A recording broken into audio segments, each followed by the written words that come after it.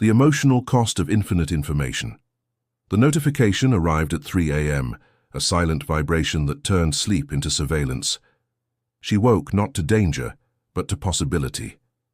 Another headline, another insight, another world ending or beginning, depending on which feed she trusted. She wasn't losing sleep. She was losing the capacity to not know. Her phone glowed in the darkness like a confessional window, except there was no priest, no absolution. Just an infinite scroll of other people's certainties, each one demanding to be believed, shared, remembered. When had knowing everything become the same as understanding nothing? By morning, she'd absorbed 17 perspectives on a conflict she couldn't locate on a map. Experts contradicted experts. Data contradicted experience. And somewhere in the noise, her own thoughts had become indistinguishable from the consensus. She couldn't remember the last time she'd formed an opinion that felt entirely her own. This is the bargain we made with the infinite. We traded mystery for access and wonder for verification. We thought we were gaining the world. We didn't realize we were losing our inner compass, the one that knows not because it's been told, but because it's been felt. The research is quietly devastating. Cognitive scientists at Stanford documented what they called informational learned helplessness, a state where the mind, overwhelmed by contradictory data, simply stops trying to synthesize meaning. The brain doesn't shut down. It outsources. It defers. It begins to mistake exposure for understanding. We scroll not to learn, but to feel informed. And there's a difference so profound it's reshaping human consciousness itself. He used to read books, not as performance, not as productivity hack, but as pilgrimage. Each chapter was a sustained thought, a singular perspective held long enough to be absorbed, questioned, integrated. The book demanded patience, and patience demanded presence.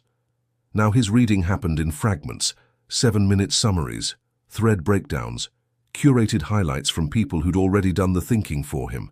Efficiency, he called it. Optimization. But something inside him was eroding. Not his intelligence, but his tolerance for uncertainty. His capacity to sit with a question and let it breathe. To not know and be okay with not knowing until understanding arrived on its own terms. When was the last time you sat with a single thought for longer than it took to fact-check it? The paradox of infinite information is that it promises clarity and delivers paralysis. Every answer generates 10 new questions. Every certainty is immediately challenged by someone more credible, more passionate, more algorithmically amplified. We're not learning faster. We're drowning slower. And the cost isn't paid in what we forget. It's paid in what we never internalize at all. She began an experiment out of desperation more than discipline. 1 week, no news apps, no social feeds, no compulsive guggling of every fleeting curiosity. Just books, conversations, and the increasingly foreign experience of her own uninterrupted thoughts.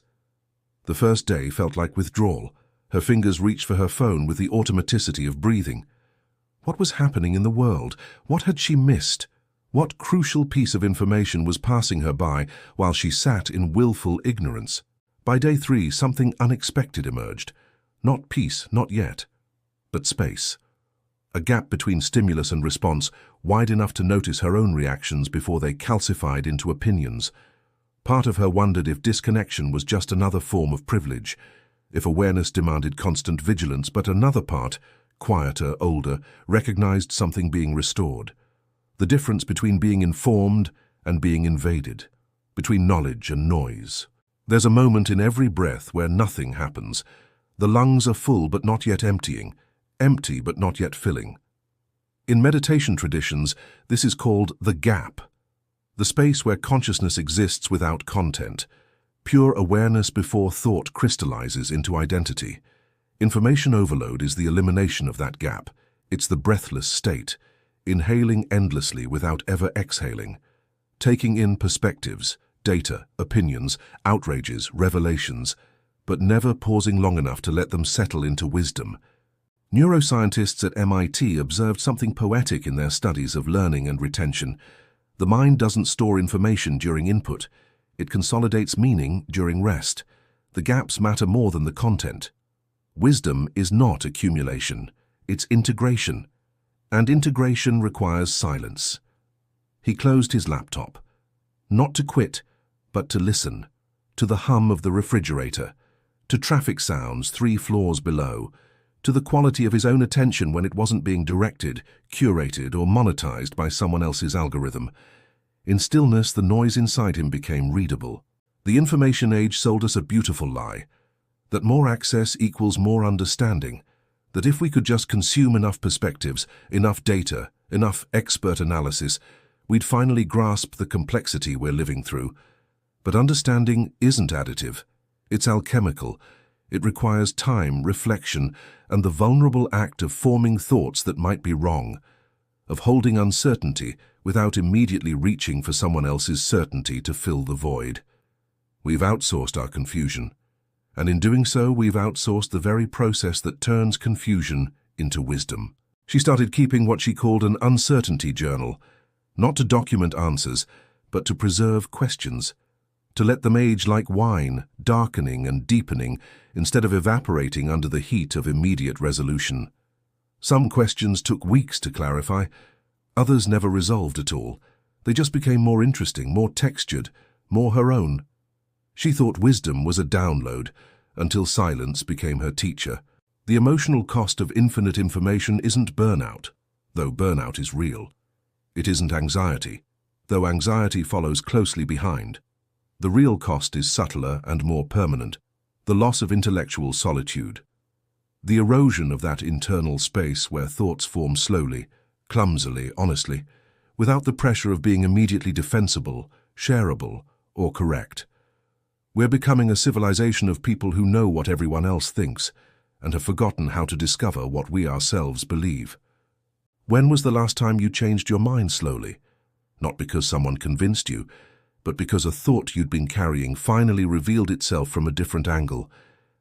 There's a kind of knowing that can only happen in private, a kind of understanding that requires you to be wrong, confused, inarticulate, and to stay with that discomfort long enough for clarity to emerge on its own. Information culture has declared war on that process. Every question has been answered, every mystery has been explained, every moment of not knowing is treated as a problem to be solved with better search terms. But what if not knowing is where wisdom begins? He tried to disconnect and ended up connecting deeper, not to networks, but to the texture of his own perception, to the way morning light changed the color of his coffee, to the rhythm of his daughter's questions, which never demanded immediate answers, only patient attention. Somewhere between algorithms and quiet mornings, he stopped optimizing and started understanding. What surprised me most wasn't how a simple analog journal changed my daily rhythm, but how it redefined what clarity meant to me. I wasn't expecting a bound notebook to alter my relationship with information itself. Honestly, I tested the practice more than once, skeptical that something so basic could matter in a world demanding constant connectivity. But there's something about writing by hand, about the enforced slowness, the inability to edit before the thought completes itself. It creates a different quality of thinking. This isn't a recommendation, just a reflection that stayed with me. I'll leave a link below if you feel called to explore what I mean. The return to information didn't feel like defeat. It felt like citizenship. She read the news again, scrolled through analysis, engaged with perspectives that challenged her own. But something had shifted in the quality of her attention. She was no longer consuming information to feel informed. She was selecting it to stay human. The difference is everything. Sometimes clarity isn't found. It's allowed. It emerges when we stop demanding immediate resolution and start trusting the slower intelligence that lives beneath language, the kind that knows before it can explain, that understands through resonance rather than logic. We've been taught to distrust that intelligence, to fact-check our intuitions, to defer to data over felt sense. But data doesn't teach discernment. Only lived experience does. Only the practice of sitting with complexity until it reorganizes itself into something approaching truth. The notification arrived at 3 a.m., a silent vibration in the darkness. She saw the glow through closed eyelids, reached for the phone, then stopped. Not because she was disciplined, not because she'd transcended the need to know, but because she'd learned the difference between urgency and importance, between information and insight, between knowing what's happening and understanding what it means. She let the notification dissolve back into silence. And in that small act of resistance, something ancient and essential reasserted itself. The right to her own mind, the sovereignty of her own attention, the revolutionary idea that her thoughts belonged to her, not to the network. The cursor still blinked on the empty screen, but now it wasn't demanding words. It was offering space. Space for thoughts to form at their own pace, for questions to ripen before being answered, for understanding to arrive not as information but as recognition. In the age of infinite knowing, the most radical act is allowing yourself not to know, and trusting that in that uncertainty, something true might finally have room to speak. What part of this reflection spoke to you most? And from where are you watching? Let's keep the dialogue open, quietly. Tell us which country or city you're watching from. See you in the next video. Bye.